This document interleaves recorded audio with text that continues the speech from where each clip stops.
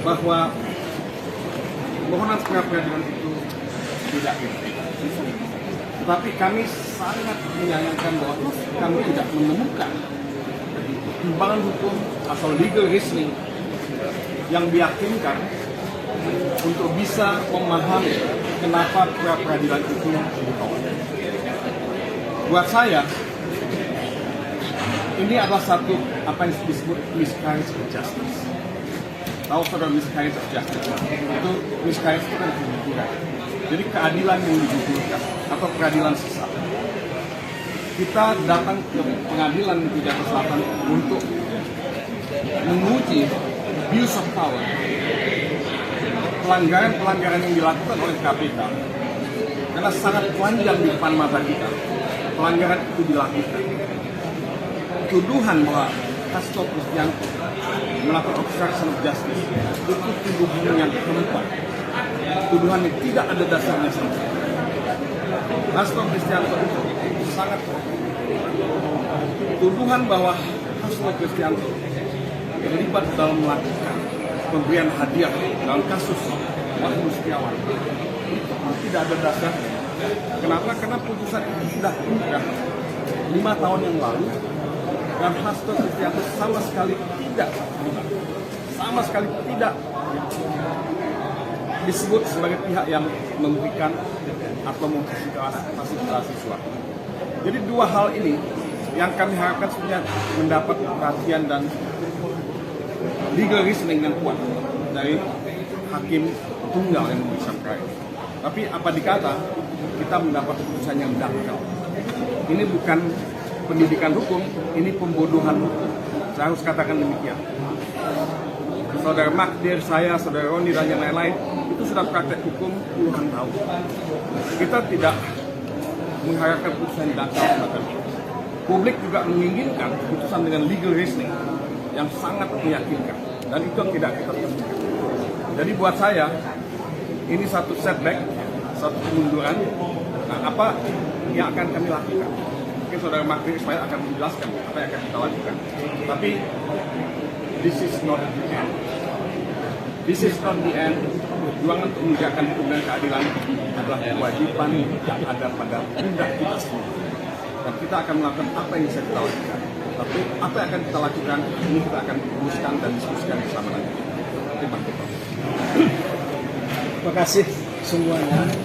Saya kira pertanyaan pokok sebenarnya yang harus kita ajukan kepada hakim tunggal ini, apakah di dalam proses pra peradilan itu ada larangan yang secara hukum bisa melarang orang menguji dua penetapan tersangka dalam satu permohonan? Tidak ada apapun. Kalau dalam praktek hukum pidana normal, kita kenal secara teoritis apa yang kita sebut dengan penggabungan perkara. Ada kumulasi subjektif, ada kumulasi objektif. Artinya apa? Seharusnya ya, permohonan ini kalau misalnya memang mau dinyatakan tidak dapat diterima karena alat buktinya katakanlah tidak cukup, saya kira mestinya itu yang dijadikan dasar di dalam pertimbangan.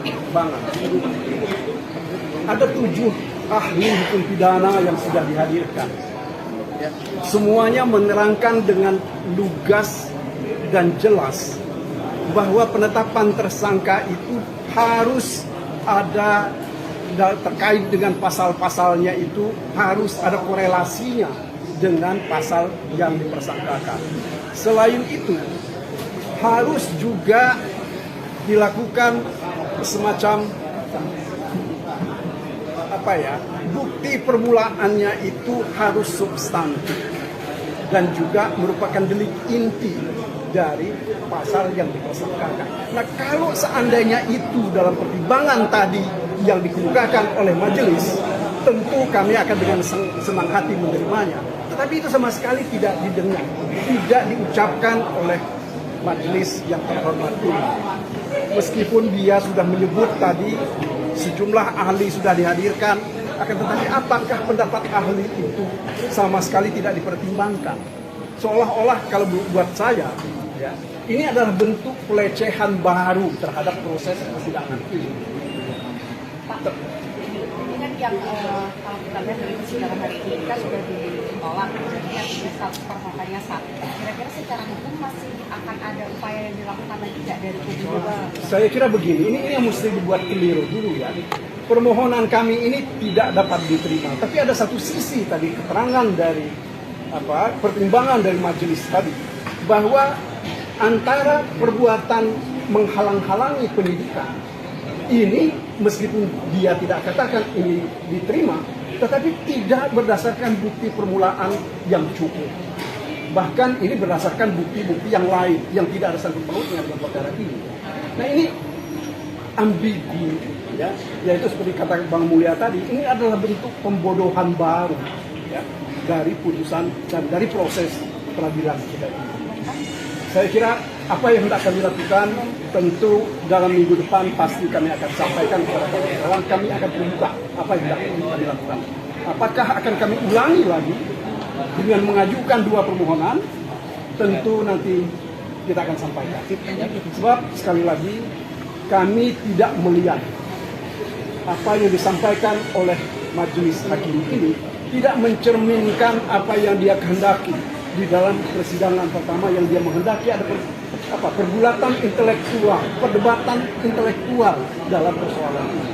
Tetapi dia memutus dengan cara yang nggak jelas ya bagaimana caranya menilainya. Apakah itu intelektual atau tidak.